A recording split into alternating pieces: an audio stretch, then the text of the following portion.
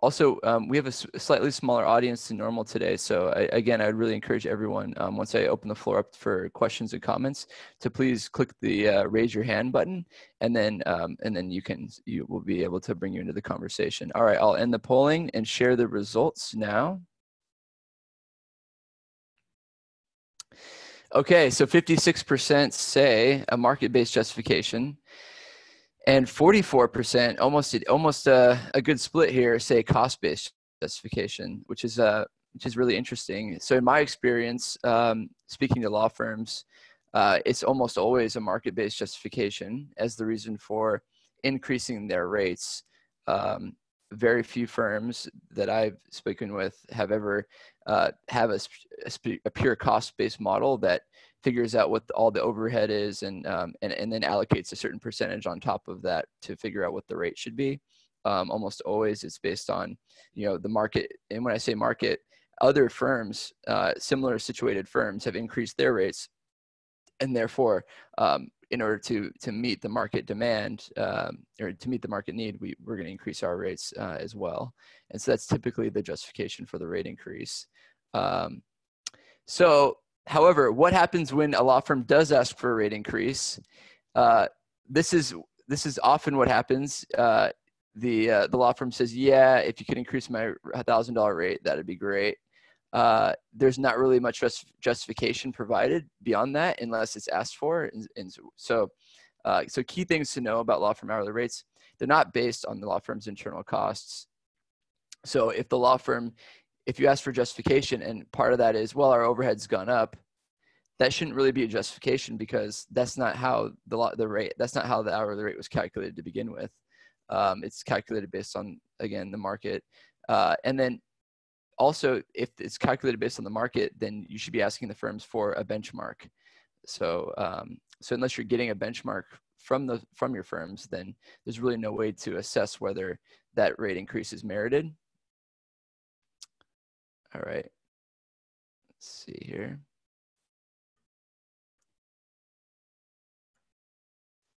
All right. Okay, so even though just a kind of a point here before I'm going to go over some 5 key questions that you should ask all of your law firms, and law firms should also consider as well in the rate negotiation process, that I think will really help to move the needle. But before I do, I feel really inclined to just mention that rate is just one less important part of the overall equation here, with the other 2 important elements being efficiency and leverage. So efficiency means that the firm can accomplish the same task in fewer hours, whether it's just their better performance or use of technology to reduce duplication of effort. And then leverage is delegating work to more junior team members that are actually their rates are lower. So even though your overall rates at the partner at every level are going up, and maybe the more junior, first, second year associates are going up above 10, 15% or 20% in some instances, because their rates are way lower, obviously, than a partner rate. Making sure that your firm is delegating work where appropriate to more junior levels is a huge part of the overall cost equation. And so unless you're looking at those other elements, if you're just looking at the average amount that a rate goes up, then you're probably missing some important points. And this actually brings me to something that I think is really important for a great negotiation tip for law firms. If a client says your rates are too high, you can provide them the data to show that your firm consistently delegates hours to more junior resources by maintaining the same proportion of hours from year to year across all of your associate levels. And that actually could mean that your firm, even if you're increasing your rates at a higher rate, higher level than competing firms, your firm's actually more cost effective that way. And so that could be a really great tip for law firms to push back against your clients. Ask your clients, have they considered the total cost? Have they considered how efficient your firm is, and providing some data on that, rather than just arguing over which benchmark is more effective or which benchmark is a better data point. These are some other elements that you can bring into that conversation. All right.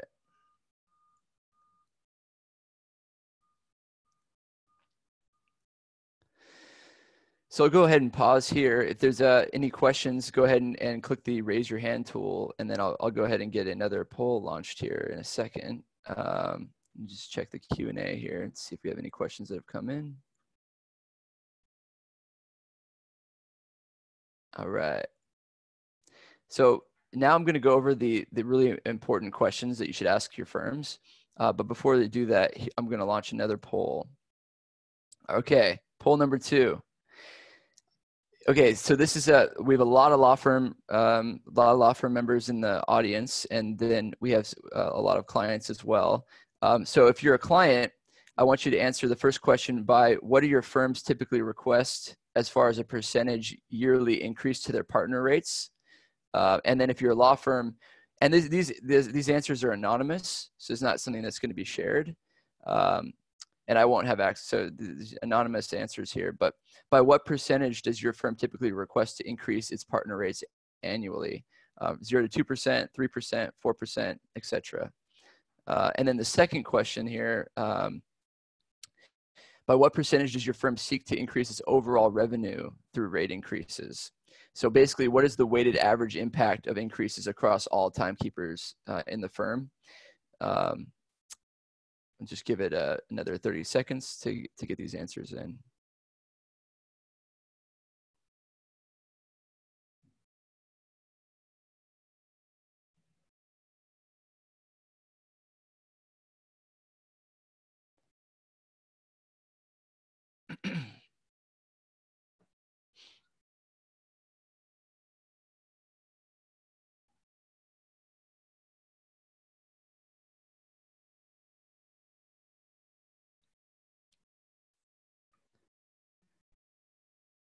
All right, only 42% of the vote. Who's sleeping on the wheel here? All right, a couple more votes coming in. All right, I'll go ahead and end the polling now and share the results. Okay.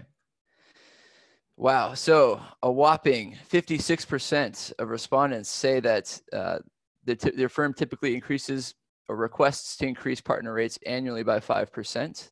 The next highest here is 3% year-over-year increases for partners.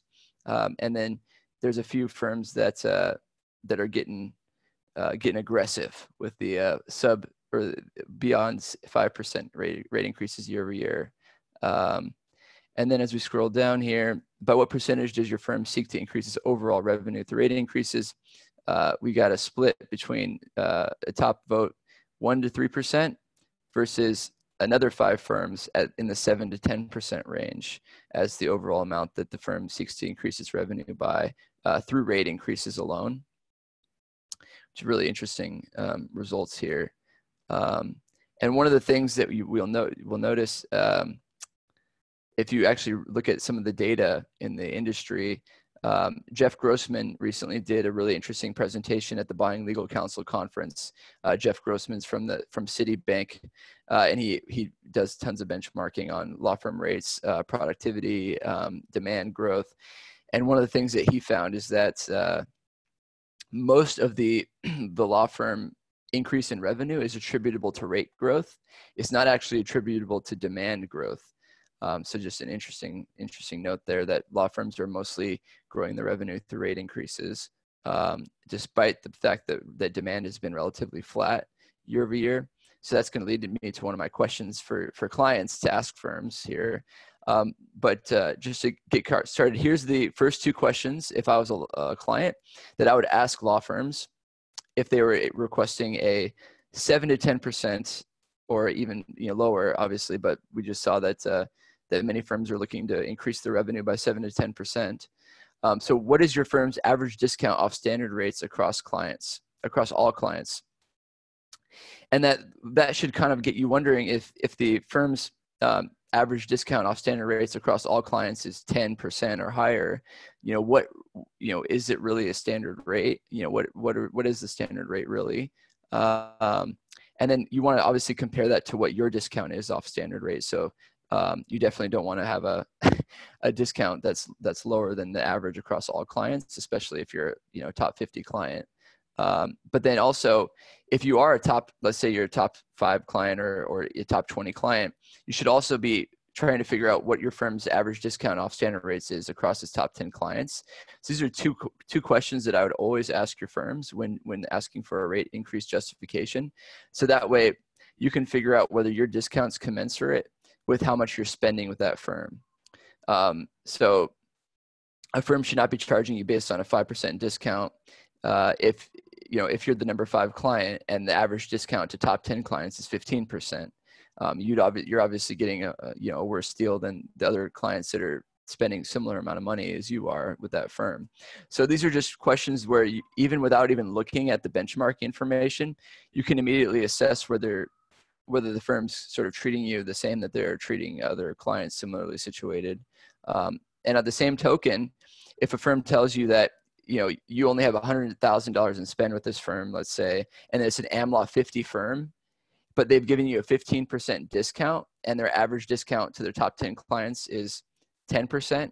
So you have a 5% higher discount than their top 10 clients and you only have 100,000 to spend with them, so you're just somewhere middle of the pack or really low on their top client list, then I probably wouldn't push back too much on the rate increase in that instance.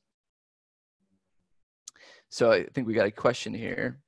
How do you know if the law firms are giving you true answers to these questions?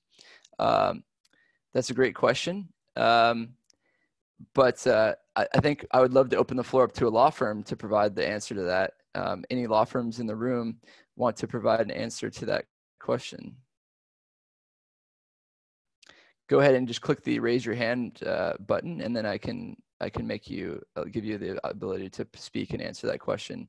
I know everyone's a little squeamish with getting on the line here, but in my opinion, my answer to that question would be you have to just trust your firms. Obviously, there's no way to know whether they're lying to you or not. But you're also asking them what their standard rates are as well. So you don't know if they're lying to you about their standard rates either. So not a really great answer from my vantage point, but I'd imagine that your firms aren't going to lie to you. What more likely is the case is that they just won't answer the question. They won't provide you that data. But if I was a firm, I would always provide that data just to have a transparent conversation, especially if you're asking, and as a client, I would require that they answer that question. If the firm's asking you for a 10% rate increase and they're not willing to answer that question, then I'd be reluctant to just immediately provide them an increase. Another question here, when firms submit rate increases, rate sheets with discounts ranging from 25 to 35%, how do we know that they didn't inflate their base rate to make it appear as if they are giving us a larger discount? So similar point here to the one that was raised in the other question. You don't know that the firm isn't inflating their base rates, but that's sort of the point here is if you're asking the firm what their average discount off standard rate is to their top 10 clients, then that's how you can assess whether what that 25 to 35% means. If they're telling you got a 30% discount off standard rates, but their average discount to their top 10 clients is 45% and you're a top 10 client, then obviously you know that you're not getting a good discount, even though 25 to 35% may sound like a lot.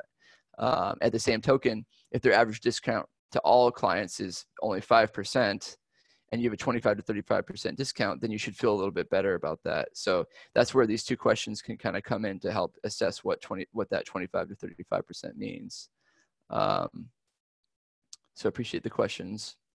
Any other questions or comments from the audience?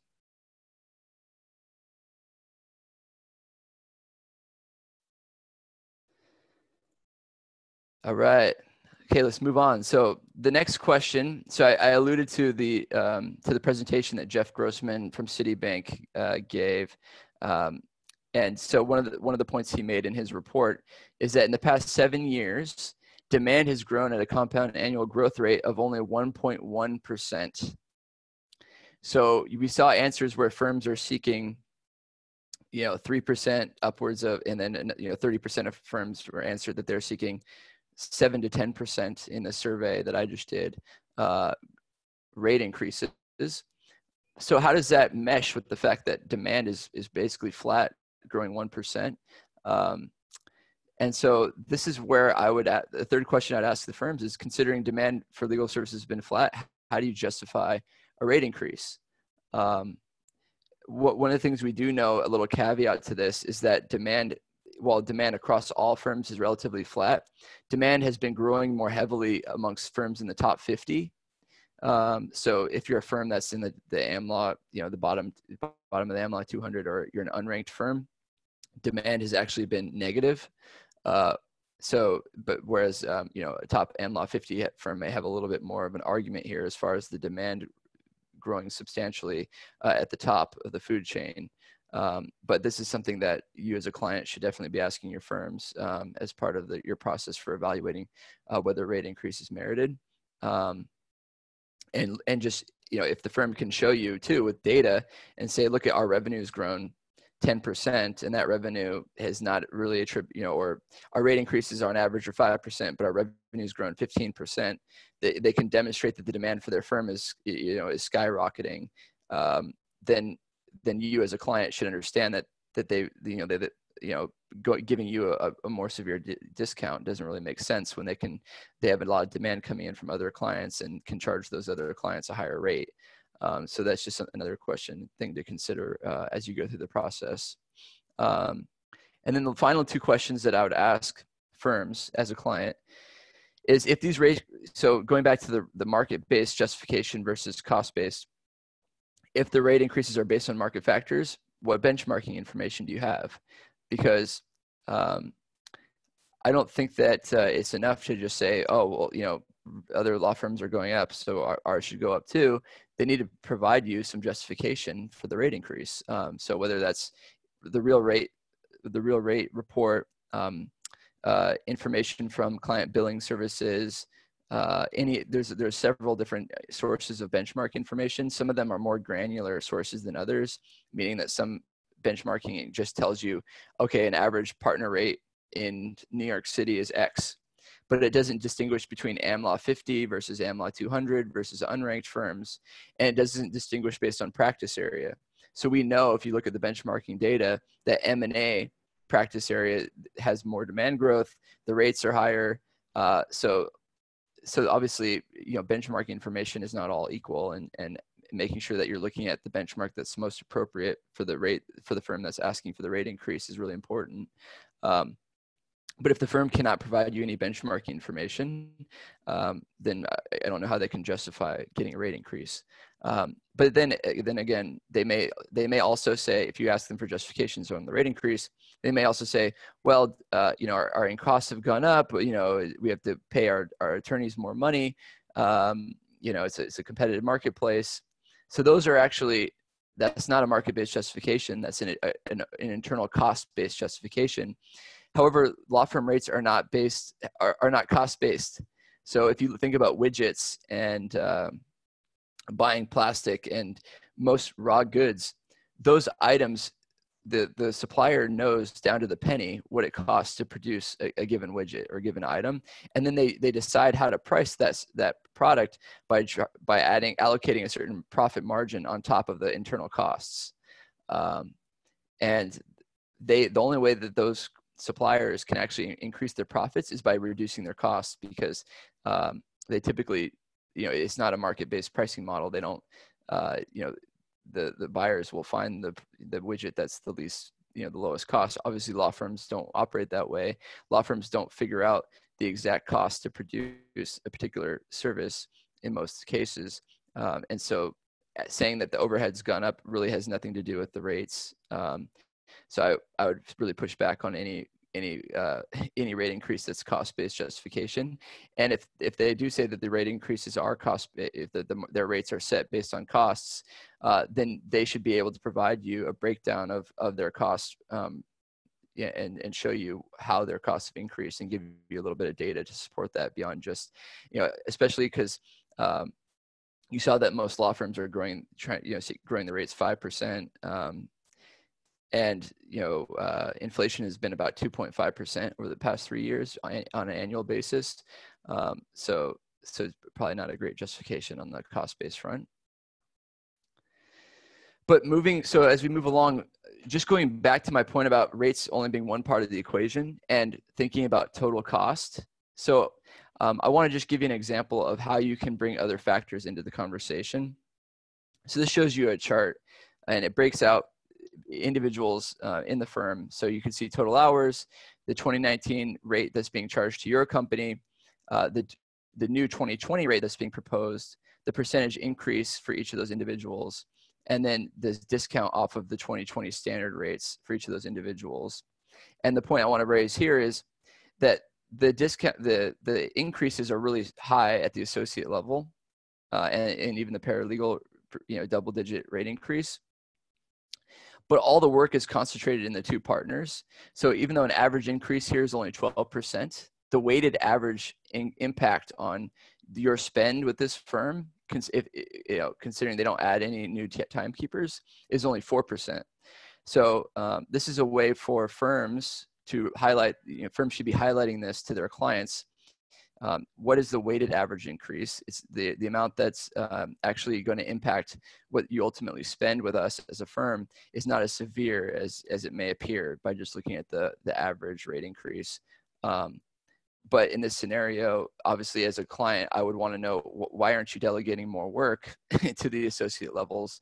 Or if the same associate in year 8 has 200 hours, and 4 years ago, that same associate had 200 hours, and they're basically doing the same work, I would want to know, why isn't that 8th year associate now delegating more hours down to the junior associates? So you don't want to keep paying a higher rate for the same person to do the same thing year over year. You want to make sure that the firm is leveraged. That's the concept of leverage. Are they delegating work and making sure that the appropriate people are doing tasks where they don't need to bring a partner to the table? So those are just one example of how you can bring other factors into the conversation.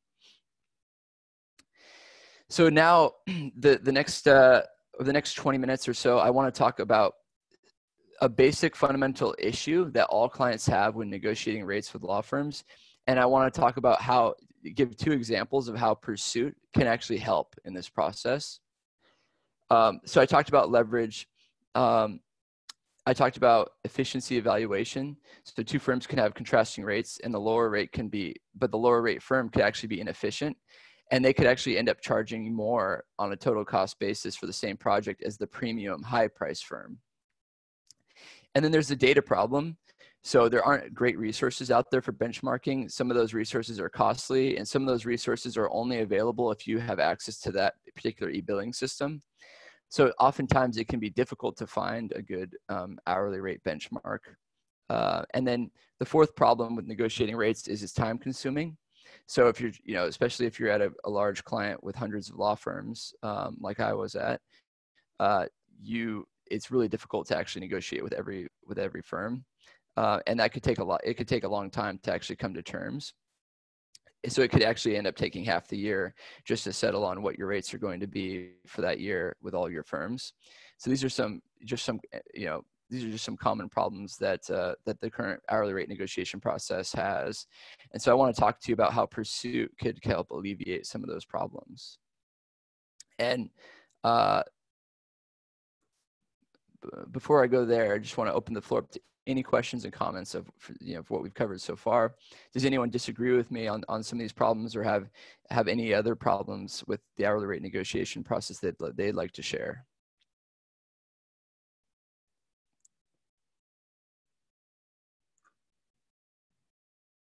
Just if you want to speak, just go ahead and click the raise your hand button, and then I can allow you to talk. All right, everyone's shy. Okay. So here's how PERSUIT can help. And we have actually 2 ways that PERSUIT can help. So PERSUIT, we are an outside counsel engagement platform.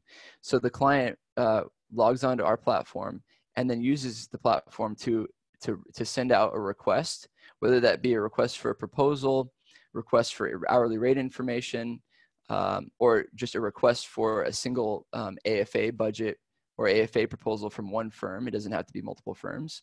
So there's several ways that PERSUIT can help in the hourly rate negotiation process. The first option is to to hold an hourly rate negotiation, auto negotiation period. So what you can do, rather than having a one-off negotiation with every single one of your firms as to their hourly rates, you can invite hundreds of, we've had clients invite over 200 firms on our platform to a single request. So you can invite all your law firms to a single request on PERSUIT. You can ask them for their partner rate, their of counsel rate, associate level 9, associate level year 8, associate year 7, all the way down, paralegal. You can get your hourly rates from each of your firms in our system. And then you can set one period of time, let's say a day or 2 days, where you're going to give the firms the transparency to see where they rank compared to all the other firms that have submitted rates on the proposal. You can in the platform, you can even allow them to see the specific hourly rates of the other firms that are, but they would just be anonymized. So the firms would see firm A, firm B, firm C. They'd see all the different rates that those other firms have offered to you, but they would not see their name. So it'd be completely anonymous. But this would give the firms the ability, and this is where the firms are actually submitting new higher rates than they were submitted last year. So all the firms are submitting, okay, we had 2019 rates. Now all the firms are going to submit higher rates for 2020. But the firms will see where they rank. They'll see how high they are compared to all the competitors that are doing similar work. And then you just give the firms that 2-day period, and you let that transparency cause the firms to lower their rates to be more competitive if they want. And if the firm chooses not to be more competitive, if the firm's ranked last and they're the highest in the list, and they don't choose to adjust the rates during that period of time, then so be it. They clearly don't care that they're the highest firm. And then you can just assess that when you choose to provide work to them on an ongoing basis during the following year. So that's one option, one way that PERSUIT can help. And that helps you save a lot of time. At the end of that period, you can just agree to all the rates that the firms have provided. And again, you can just decide on a case-by-case basis whether you want to have a further negotiation with them as to what they would propose charging for a particular case or a particular project. So that way you can, within a 2-3 week period, you can negotiate your hourly rates with all your firms through the PERSUIT platform. The second way that PERSUIT can help is with matter-by-matter bidding. So forget the hourly rates. Don't even negotiate the firm's hourly rates. Have a set process where for every project or for every litigation matter, you're sending a request out to 3 to 4 firms, firms that you've already pre-qualified that you know that you want to use, and then allow those firms, give the firms all the assumptions that they would need to give a price, a fixed fee proposal for that particular project, and then let the bidding play out and see which firm is the most. So now you're forgetting about, instead of just negotiating over one lever, which is hourly rates, you're actually just talking about total cost. What's the total cost for this particular matter, and letting the market dictate what that total price should be. And there's a million reasons why this is a great approach. But I think a really important one is that a law firm at the beginning of the year, they don't know how much demand they're going to have. So if you're asking them for an hourly rate discount, it's really difficult for them. But if a law firm knows that they have the ability to win business for a $2 million litigation matter, and it's April, and their demand is actually lower than they thought, then they might be willing to give a much higher discount to earn the business for that particular case than they could have in the hourly rate negotiation process. So there's a lot of reasons why the matter-by-matter bidding is a really effective way to control your costs beyond hourly rates. It looks like I have a question that came in here. Okay. How do you streamline approving managing rates between PERSUIT and the company's e-billing system? That is a great question. So PERSUIT does not try to, we don't replicate, we don't try to act as an e-billing provider. What we do is we can integrate with an e-billing provider so that after you agree to a particular rate, we can actually push those rates into your e-billing system. And then that e-billing system then has them for approval. That's an integration model. Another model is within our PERSUIT platform. And so why don't I just go ahead and pull this up just so you can see it. Within our PERSUIT platform, you can actually do a download of all the hourly rates you obtain into Excel, and you can see it across automatically with one click of the button, you'll have a side-by-side comparison of hundreds of firms and their hourly rates in Excel. And so then you can just take that Excel download, send it over to your e-billing provider and tell them to upload those rates into the e-billing system, or you can do that yourself in one mass upload, depending on what your e-billing vendor can do. At PERSUIT, we actually have a strategic partnership with Onnit. So we're working closely with Onnit to make sure that the process is seamless. But a really good way to go about doing this is rather than just getting hourly rates in PERSUIT, is have a matter by matter process where a new matter comes in, or a new M&A deal, or a new project. Anytime you need a law firm, you actually just launch a request, and with a 3 to 10 day turnaround time, you're going to get a total price for that particular project from multiple firms. After you evaluate all those firms substantively, read through all their proposals and select a firm, you have a total cost for that particular project. And then you can just push that total cost into the budget within your we can actually just integrate with your e-billing system and push that total cost into your matter management solution or into your e-billing solution. And now your budgeting process is completed, and you have a budgeting process that was based on competitive market dynamics, that's not going to be heavily impacted by an hourly rate negotiation that you had to do with hundreds of firms. So those are kind of two different ways that. So I hope that answered your question, Jacqueline. But if you want to click the raise your hand button, I'd be happy to allow you to speak to clarify if there's something that you thought I missed.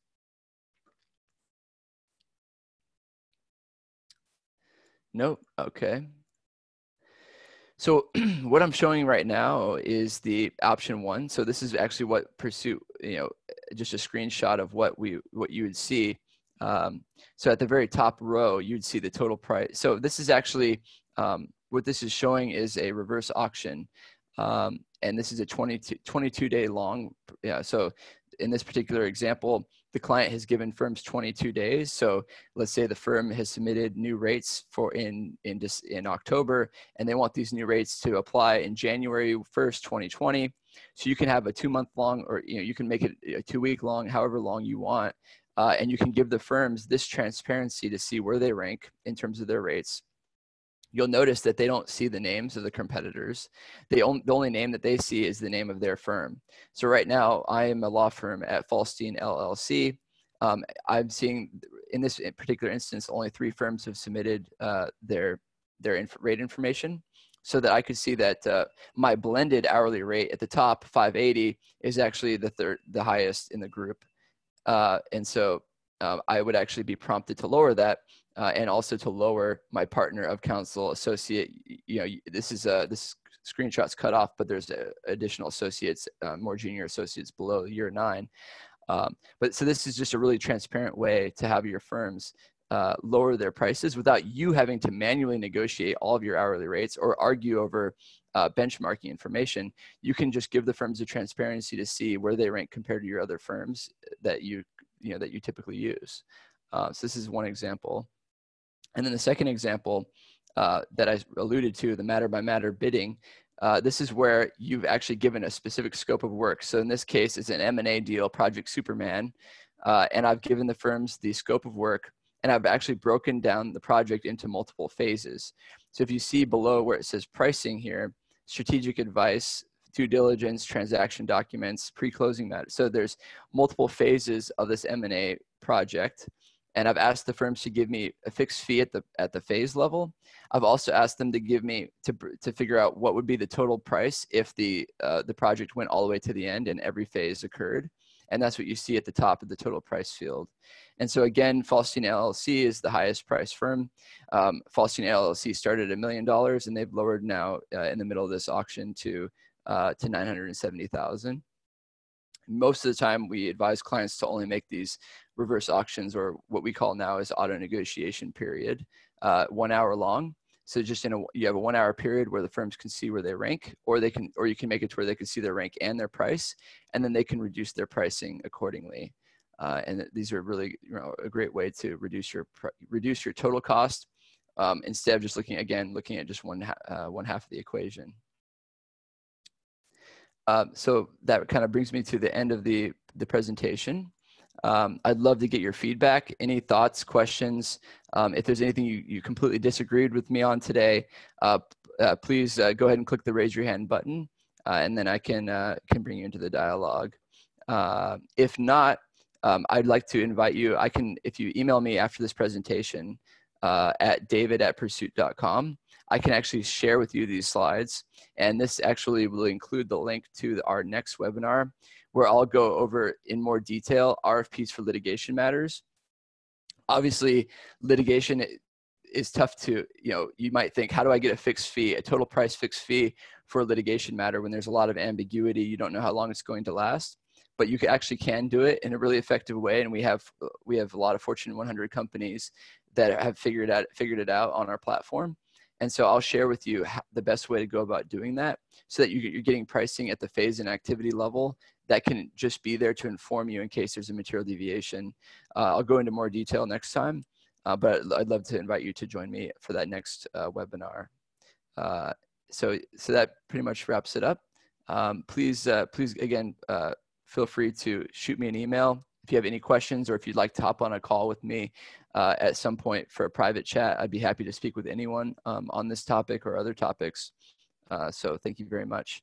And again, I'll remain on the line for a few more minutes. So if you want to hop off, you can go ahead and hop off. But if you'd like to stay on the line and ask a few more questions, just go ahead and click the raise your hand button, or submit a question through the Q&A. All right, looks like we had a question here.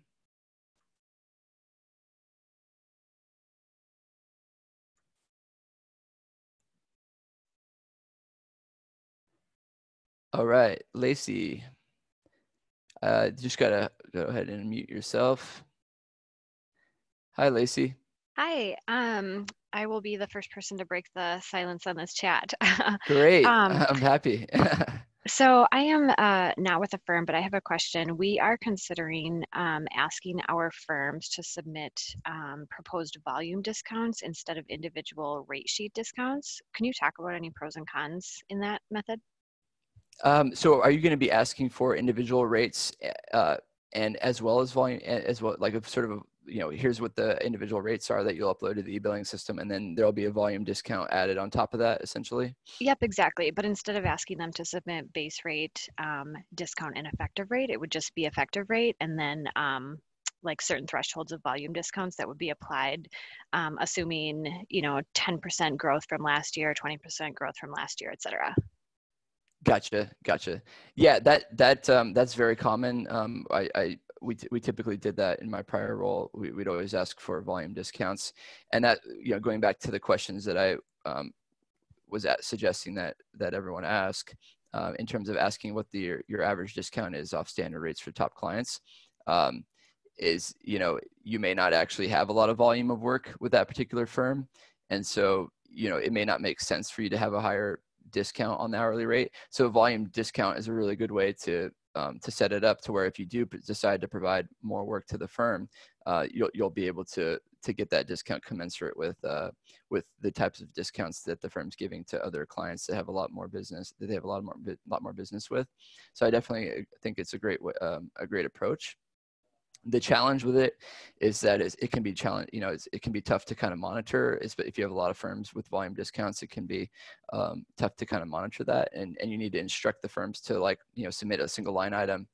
You need to have a process around instructing the firms to submit a single line item amount, discount amount on the invoices, so that you can track it, rather than them just going in and manually changing their hourly rates, and then it might be a little bit more difficult to assess whether you got the discount. But I definitely think it's a good approach. I still just would encourage you that competition is really the best driver. And one of the things, when you're negotiating hourly rates and volume discounts, you're negotiating with the premise that you're going to continue to use that firm. And so you really don't have any leverage in that kind of a conversation, right? Like, you're still going to keep using the firm. So what incentive do they have to kind of give you a better discount if you're not negotiating with them at the point of selection? And so that's why it's really, really critical to have a process that involves some level of competition when you select a firm for a matter. or a project. I use the word matter a lot, but it could be, advice project or an M&A deal. Having a process where you're getting multiple proposals from firms is the best way to lower your costs beyond just hourly rates, because a firm could give you a volume discount, they could give you a great hourly rate, but then they could just bill you more hours, of course. And so that's just the one caveat. So I don't know if that answered your question, or if there's some specific nuance there that you were looking for. Nope, that was perfect. Thank you. All good things to think about. Thanks. I appreciate the question. Any other questions from the audience? Okay. Yes, so I got a question. Chantel, would you mind? I can go ahead and allow you to speak, just so that we can have that dialogue here. Second. Okay. Hi, Chantel. Let's see. Go ahead and unmute you. Hi, can you hear me? Yes, I can hear you. Yeah, I thought I heard you say you have a partnership with PERSUIT. And what does that really mean by way of PERSUIT? Is that an integration? So we have a partnership, meaning that we're doing everything we can to make sure that we're in the process of getting that into, the integration isn't, basically we're in the process of integrating right now. And so what that would mean is that the integration could be at the front or the back. So if you start a matter in Onnit, then having something where you can then be launched over to PERSUIT to actually execute an RFP to obtain competitive proposals from multiple firms, or to obtain hourly rates from multiple firms. And then once you agree on what those rates or what that total cost would be, we would then push that agreed amount back into Onnit, so that you can then have the firms bill you according to what you've agreed to. So basically, PERSUIT's the platform for engaging and interacting with your firms to obtain the pricing and to agree on an amount. And then Onnit would be the tracking mechanism. So once you agree on what that total amount would be, or on what the rates would be, we would push that amount into Onnit, and then you'd be able to bill the firms would be able to bill you as they normally would within Onnit, and you'd have a total price or budget that's based on what you've obtained competitively within PERSUIT. So that's what it means for our partnership. It means that we're going to make sure to work together to make that integration seamless, and that we're already doing that for one customer now, and that if we as we bring on new customers, that they'll have the benefit of that. But we're agnostic. We don't. We can integrate with other e-billing systems. We have integrated with other e-billing systems, so we're not exclusive with Onnit. But it's just we do have a strategic partnership with Onnit. Got it. Okay, thank you. Thanks for the question. Chantel, do you already have an e-billing provider, or is it something that you're kind of evaluating? Oh, I mean, it was just a general question, just because I picked that up. I have exposure to other e-billing platforms as well. So, it's interesting, like a legal tracker with Thomson Reuters, or even a Mitratech e-counsel. So when you mentioned an integration or a partnership, just wondering if there were others being contemplated at this time. So Got yeah. Okay. So we have integrated with others besides Onnit, but we, like, on an ongoing basis, if there's if you were to be interested in PERSUIT, we could definitely set up an integration with with whichever e-billing provider that you have, because it wouldn't be too complex of an integration. But we have a lot of customers that don't integrate at all. They just use our PERSUIT to interact and engage with the outside counsel and have a process to evaluate firms fairly on our platform. And then once they come to an agreement, they can do a download of the agreed amounts, and then just manually enter that into their e-billing system. Sometimes that could be a little bit easier even than having an integration. But so that's also another option. You don't have to integrate, but just wanted to bring it up. great, thank you. Thank you. Any other questions?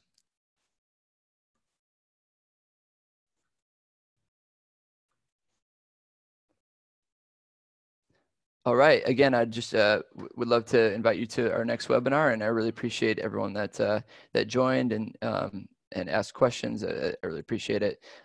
Feel free to reach out to me again at david@persuit.com for any additional follow-ups, and have a great rest of your day.